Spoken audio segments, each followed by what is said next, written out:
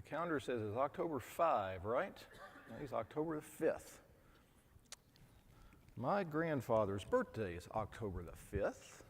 I thought about him. Well, I thought about him because today's his birthday, but I thought about him as I was working through the lesson and thinking through this and preparing. He taught engineering drawing and refrigeration and radio and all kinds of the math and sciences, you name it. It's a small school in Columbus, Ohio, and it started as a YMCA night school and morphed into, I guess in 2025 terms, we'd kind of call it alternative. They did night classes, they did correspondence courses, they did alternative college 80 years ago. And so now you've got different kinds of course delivery and all that kind of stuff going on now. They were doing similar things. It morphed into Franklin University. And so he was teaching boys who came back after the war, GIs, coming back to go to college on the GI Bill. He was teaching people who were doing, we'd call it mid-career changes.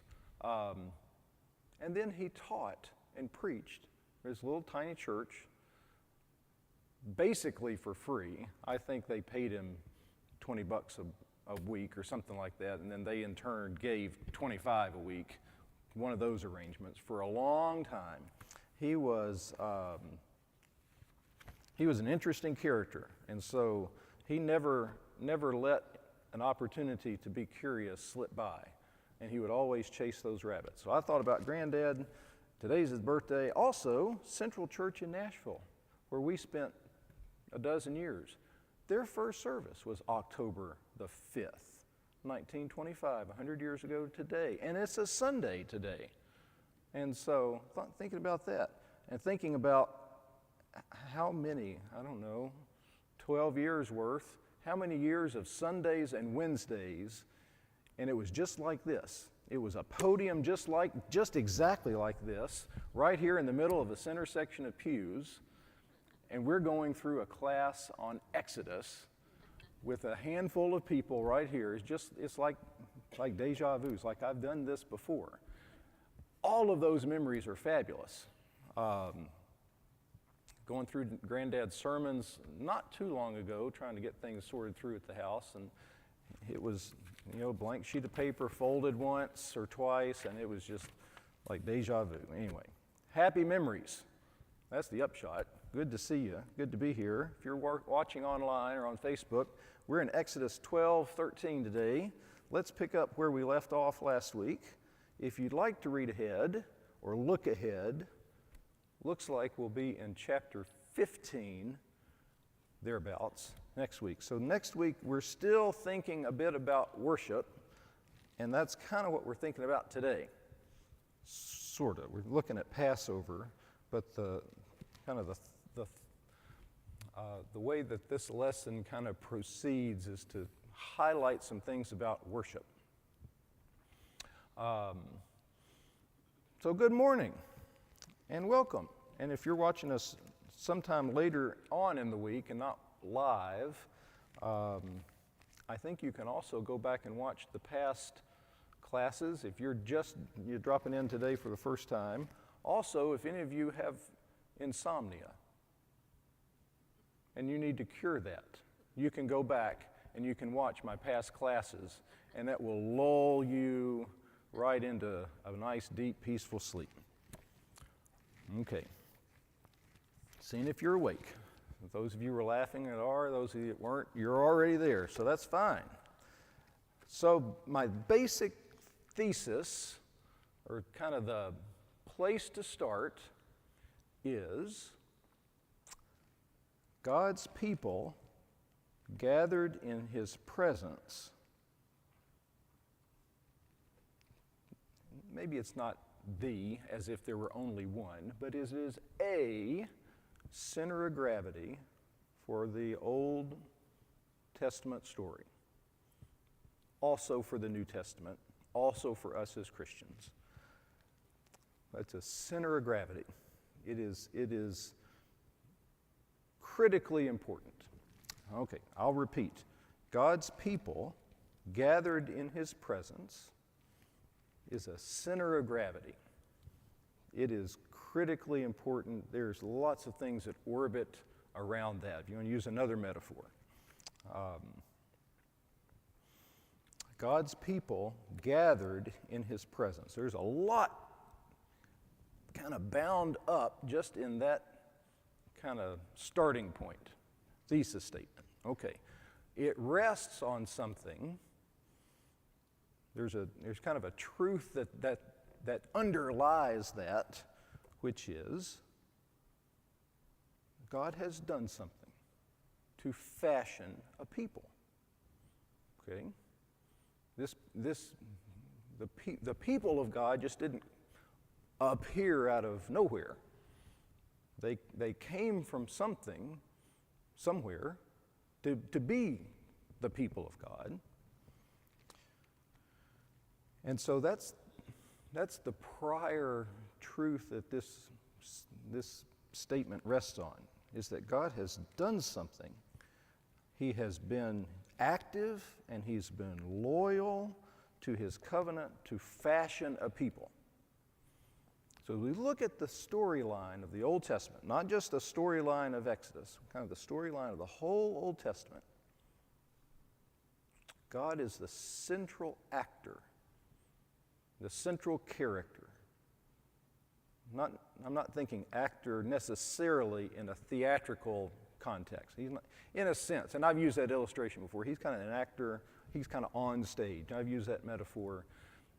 Talk about narrative, and sometimes the narrator is the voice that you hear but you don't see.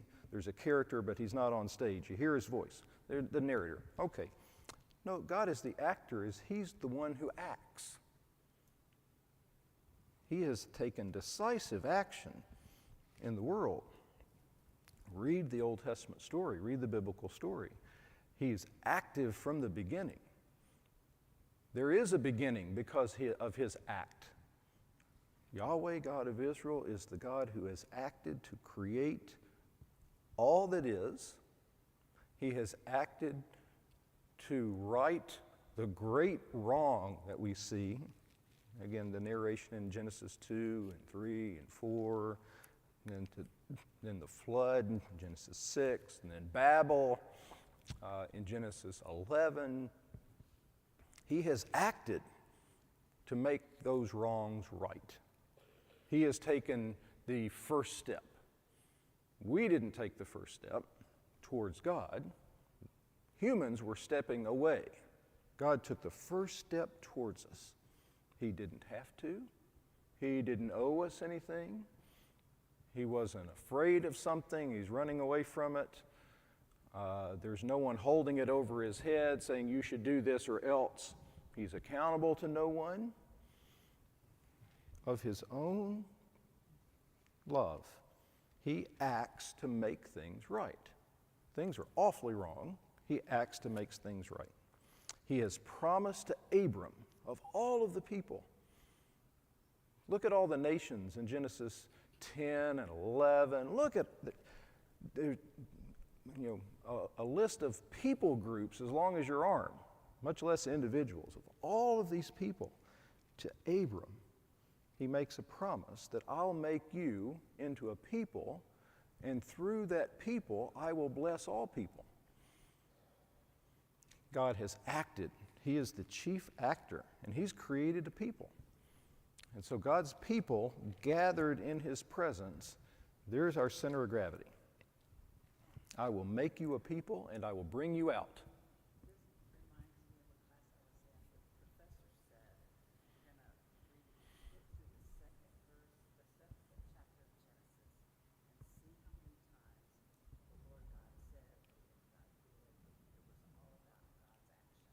Yes. Yes. In other words, look at the verbs. Look at the verbs. Who's verbing? I've said that before. Whatever the verb is, saying, doing, moving, acting, telling, God is the actor He's the initiator. Okay.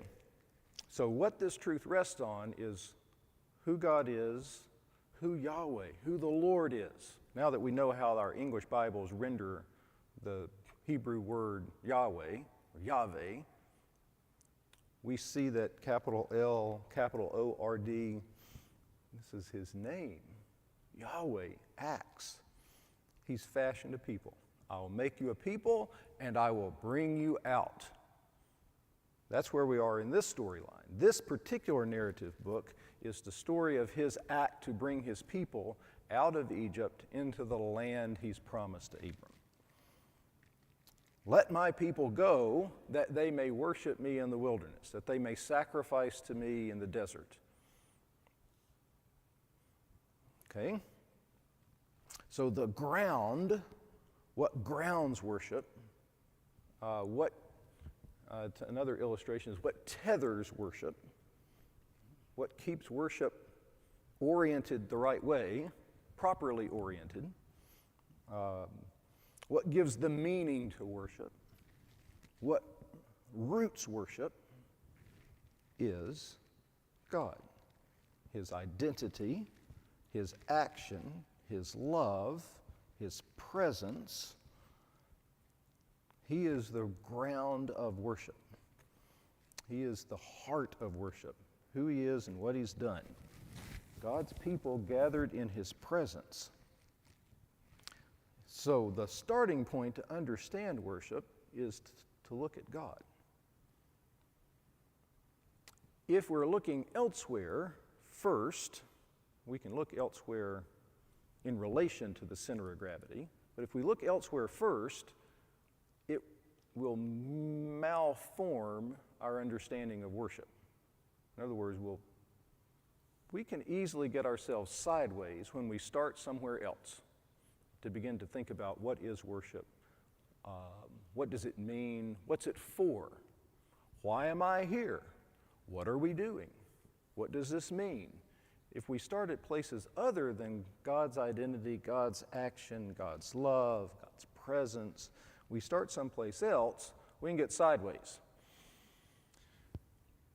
A common place to start is, and I'm almost getting ahead of myself, is my feelings of the experience of the moment. And that gets translated into my preferences. I mean, when you really trickle it down, I didn't like that song because, and then you kind of think through, okay, well, why don't you like that song? Well, because the words and the music don't fit. Okay. I think I've sung that same song. I think I know the one you're talking about. You know, and then like, well, which one? And then the one you're like, nope, well, you're right, that one doesn't fit either, but I'm thinking about this one, okay? Or our preferences or style, or I just didn't feel it today. What's the it? Well, it's hard to say. Can you define what you mean? Well, no, but it just didn't quite speak to me, or I didn't like it, or it's too cold. Now, granted, it is a little chilly in here. You know we have options. It could be too hot. By the way, I was reading, speaking about air conditioning, I was sorting things last week, and does the name Leroy Brownlow ring a bell? You probably have read a lot of books he's written, and I think his book, Why Am I a Member of the Church of Christ, may be the most published book in 20th century churches of Christ. It's still in print. I think 2 or 3 million copies, and I don't know how many languages. It's astounding. It is a publishing achievement that stands, head and shoulders above everything else. Librarians pay attention to things like this. I was sorting some things, and there was this article that talks about the Polytechnic Church in Fort Worth, where he preached for a long time. It was one of the first to have air conditioning. And I don't know when they built the building that they were in, but they built it, I think, in 46 or 7, I think. I could be wrong on the details. My memory is it was shortly after the war. It was growing, the neighborhood was growing, the church was growing. They're kind of on an upward trajectory. And so they went with this new technology of air conditioning. And he says, boy, I caught it. They raked me over the coals. How dare you spend this, again, it was, how the criticism goes. You're spending all this money on air conditioning. So what? So you can be comfortable in church. And he says, well, we've had stoves and heaters and furnaces forever, haven't we? So we can heat the air to be comfortable. Can we not cool it? And that was just one, pretty simple. Like, well, I don't know, that stands to reason. I think you're right. Okay. Well, people got over the air conditioning problem. They did all kinds of things. So we have alternatives. And the problem is when we survey the alternatives and decide that what we have is not good enough for some other reason and we'd like to have another alternative. Okay. Leroy Brownlow aside, which I thought was just what a clever way to respond. Like, well, you could be hot. Would you like to be hot? Okay, we can do that. You want to open the windows and fan yourself? It's 115 degrees. No, you don't want to do that. I don't want to do that. Let's have air conditioning. Okay. Could we spend the money for missions? Yes, we could. Not discounting those options. But when we begin with the options, we could quickly descend into pretty petty fighting over the options when it's not really about joining our hearts together and singing a song and worship. It's, I don't like that tune, and I really don't like you, and because it's your favorite song, I'll object to it. And that kind of thing is sometimes really close under the veneer. Laura's dad tells the story of the fist fight in the foyer over, was it carpet or drape color? Carpet color. You've heard those stereotypical stories. I heard there was a fist fight at that church over, they came to blows over this. No, they did. I think they almost, her dad almost got one in the jaw over carpet, drapes, and paint color. Okay. I think we have misunderstood something if that's the content of our discussions about worship. So when we begin at other places, we could quickly derail. Okay. Speaking of derailed, I derailed that. I wanted to get there, but not quite yet. Okay. Center of gravity. Let's look at this Exodus story, the story of the Passover. And I want us to see how what God has done is the ground for their worship, the heartbeat of their worship. Okay, for the Old Testament story, God has acted to bring his people out of Egypt, and we remember that. In fact, we, in a sense, reenact that. We go through, we do things to remember that. We don't just say we remember it, we do things to remember it. So the memory is not just a mental thing. We eat a meal. We do a thing every year to remember that. That's the decisive act on our behalf that forms and fashions us as a people. In a sense, there is a people before the Exodus, and then in a sense, the peopleness is only more so after. That's not a very technical way to describe it, but I think that gets at the heart of it. In a sense, there already was a people, the children of Abraham, the children of Israel, before the Exodus. But bringing them out kind of intensifies the peopleness of them. Their identity as a group. What's it mean to be a part of this group? It means that I believe that Yahweh, God of Israel, has brought us out, and I want to worship him.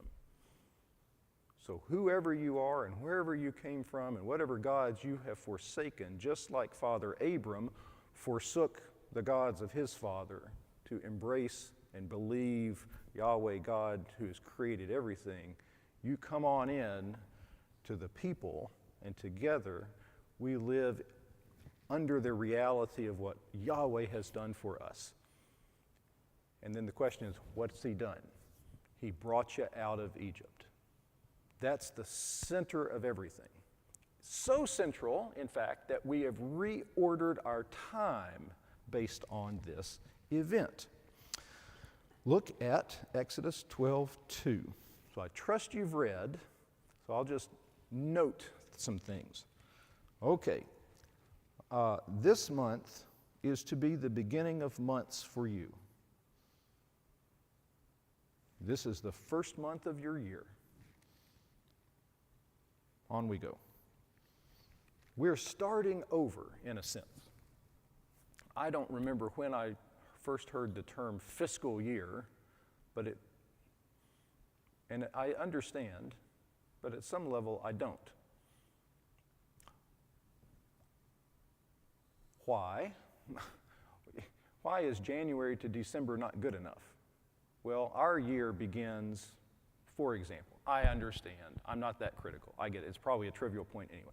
Over across the street, a school kind of lives by the academic year as it has come to be, September through May, okay?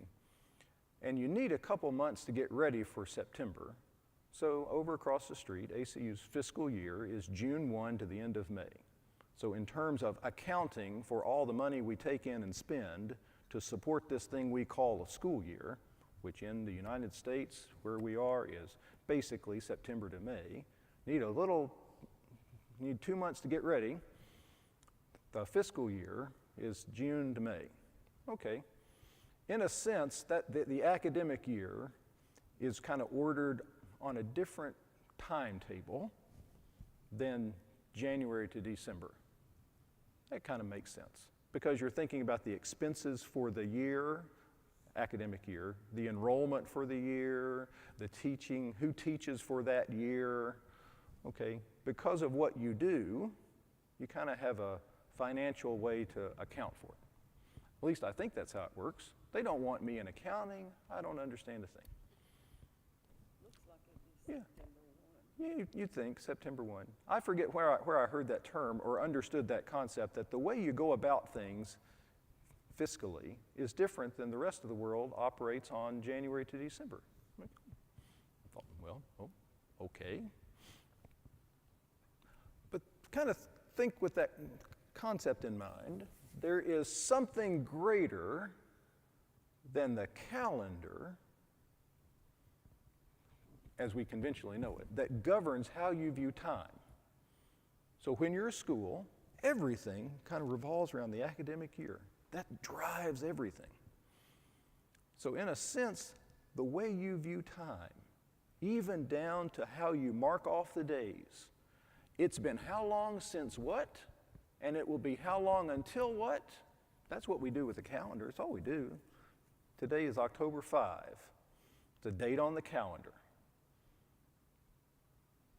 Well, October, without getting into the calendar, the 8th month. 8th month of what? Well, the 8th month of the year. Since when? Since January. Since the start of the year. Okay? In Israel, they're marking time a little bit by October 7th. If you listen to the news, they'll say, okay, it's been 3 years or 4 years since Yes. October 7th. Yes. Exactly. I was just going to get to that. There are big events that happen, and we kind of mark time from them. Every year we mark time from New Year's Day. And those of us who do this kind of thing always have a countdown till Christmas. Okay? Are Christmas decorations already up at Lowe's and Walmart yet? I wouldn't be surprised. Haven't been in a few weeks.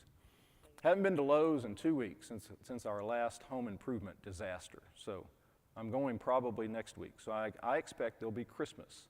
So we're anticipating an event. We live in relation to what's gone before us, the time since January 1. So we're still in 2025, and we'll be for 3 more months, and then we'll change and we'll order our lives by a different starting point until big events happen. October 7th, a big event for some people. September 11th is a big event. December 7th, Pearl Harbor Day. That's probably not as big an event the further you get from the memory of the event. I mean, the numbers of us who remember and lived through that event changes over time, and new events happen, okay? And the September one is not September, it's 9/11. 9/11, yeah. A shorthand way, just a shorthand way. And when someone says that, we all immediately go back in our mind to where was I when I first heard? And so in a sense, you relive. In a sense, I am back in the high school cafeteria at Ezo Harding, and I was supervising a study hall in the cafeteria. There's a TV up on the wall, and they're not supposed to watch TV. But I walked from the teacher's lounge because I had to have a fresh cup of coffee after first period, and got my coffee and was walking in. They're standing around the TV watching it. And I said, "What are you doing with the TV?" And they said, "One of these." And there it was. Okay, so immediately there we are, reliving the event. Okay? In Exodus, the Passover is the new framing date that frames everything. We always will now order our lives by what happened on this day. So when we come out of Egypt, it's like everything starts over. Okay.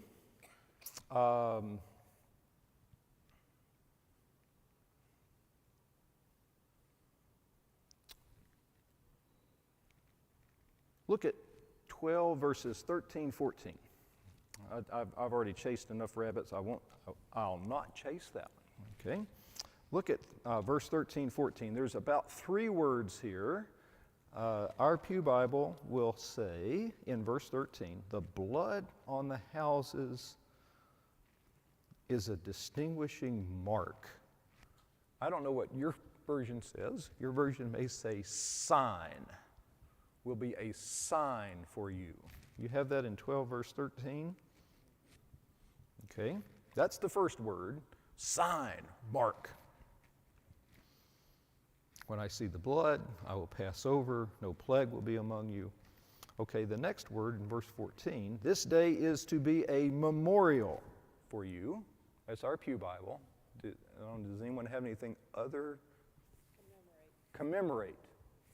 Okay, a commemoration, a memorial. Okay, and you must celebrate it as a festival to the Lord. You are to celebrate it throughout your generations as, and here's the third thing, our Pew Bible, a permanent statute. Pardon? A lasting ordinance. Okay, ordinance, statute,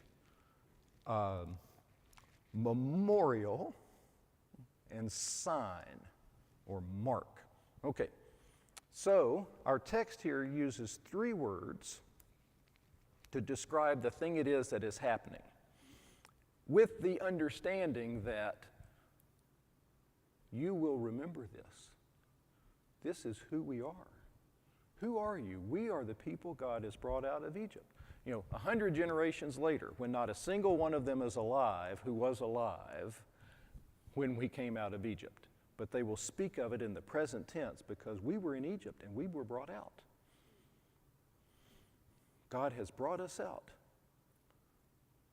Well, none of you were alive. No. He brought us out. We're the people he brought out. Okay? It's as if you're right back. We're going to do this every year. We're going to eat this meal every year, just like Grandma and Granddad had to eat standing up because it was about to happen any minute. So when we eat every year, we remember what this is. So what is this? He says, this is a sign, this is a memorial, this is a statute.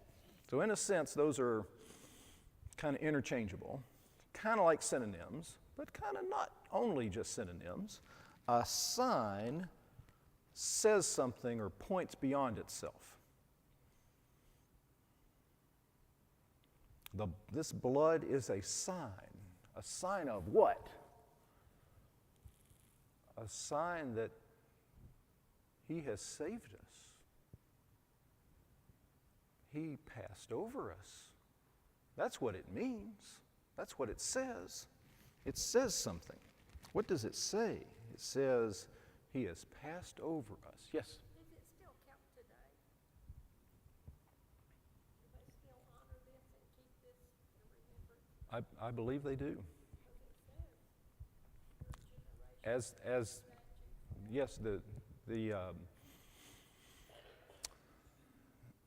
I believe the Passover Seder is a little different than this, but yes, Jews in general, more Orthodox, will be, I think, stricter in some of the details, but the Passover meal, just like this. This is for the Jewish people. This is still a defining annual feast. What do they call it? I think it's Seder, S-E-D-E-R, or Passover. See, but like when a young man, a teenager becomes a young man, there's a bar mitzvah. Oh, a bar mitzvah, So, and then there's Rosh Hashanah. Rosh Hashanah. Which one is this? This would be Passover. Yeah, but what's its name to the Jews? They don't call it Passover. Passover. I bet it has another name. Yeah, it's Passover. So a sign points beyond itself. A memorial remembers something. A memorial remembers something, and a statute regulates something. So a sign points beyond itself. There's a deeper meaning in a sense. In a sense, it is about the blood on the door, but in a sense, it's not only about the blood on the door. What the blood on the door signifies or means or points to. The memorial remembers something. Yes? Connected to communion. That's where I was going to get to. Not going to be able to kind of do it in 30 seconds. Okay? A statute regulates something. It forms. The center of gravity for Christians is the decisive act of God in Jesus Christ, crucified, buried, raised, coming again. Lord's Supper, every week. On the day we mark time, on the day of the resurrection, we reenact this meal and remember, and that gives us shape and definition. In other words, what is this community all about? It is about the fact that God in Christ has acted for us and for the world, and we believe him and trust him and live together as his body. And together, that's why we eat this bread and drink this cup, because of what he has done. Maybe that was a minute, not 30 seconds. Okay? Well, time runs out. If I had more time, I would come back and chase those rabbits about songs and all that kind of stuff. We'll just do that next week. Actually, we'll do that next week. We're up to do chapter 15. So if you turn over and look at Exodus 15, our Pew Bible puts it off in poetry, poetic form. It's a song. Okay? Well, think about songs and hymns and singing. Thank you.